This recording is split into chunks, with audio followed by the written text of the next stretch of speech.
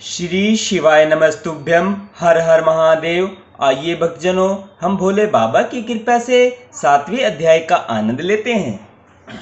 ब्रह्मा जी बोले, हे नारद, विश्वकर्मा द्वारा निर्मित उस रथ का विस्तार मानो संपूर्ण सृष्टि भर के समान था।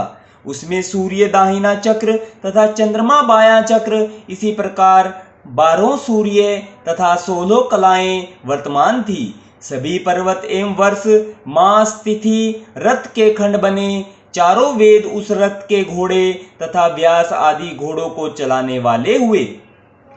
धर्म कर्म के शास्त्र, पुराण एवं न्याय शास्त्र, ये सब उसके मुख हुए। आश्रम, वर्ण आदि उसके अंग हुए।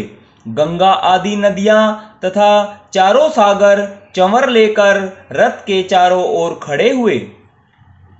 लोकालोक पर्वत आदि उसकी सीढ़ियां हुए। प्रणव चाबुक विष्णु जी बाण तथा हिमाचल धनुष हुए। यहाँ तक कि ब्रह्मा से लेकर तृण तक सब उस रथ में विद्यमान थे। इस प्रकार वह सब सामग्री पूर्ण रूप से तैयार हो गई। तब वह रथ शिवजी के द्वार पर ले जाकर खड़ा किया गया। उस समय शिवजी बाहर आए। उनको देखकर सबने विनती की, हे महाराज, अब आप रथ में आरूढ़ हो तथा त्रिपुर का नाश करके तीनों लोकों को आनंद प्रदान करें। तब शिवजी ने तुरंत गणपति को बुलाकर उनकी पूजा की। फिर वे रथ पर आरूढ़ होकर आकाश एवं पृथ्वी को कपाते हुए चल दिए। सबने जय जयकार किया। पृथ्वी उस रथ का भार न सहकर कांपने लगी। इस प्रकार शिवजी अपनी सेना सहित देवताओं को आनंदित करते हुए वहां से चले। उस समय शिवजी के इस आश्चर्यजनक चरित्र से त्रिपुर एकत्र हुए।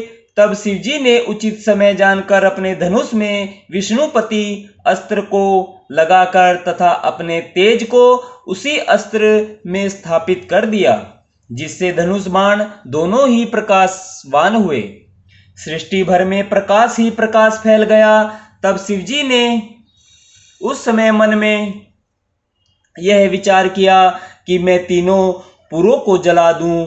उस समय विलंब हुआ जानकर विष्णु जी, मैं तथा इंद्र ने उनकी बहुत प्रकार से विनती की। श्री शिवाय नमस्तुभ्यम। हर हर महादेव।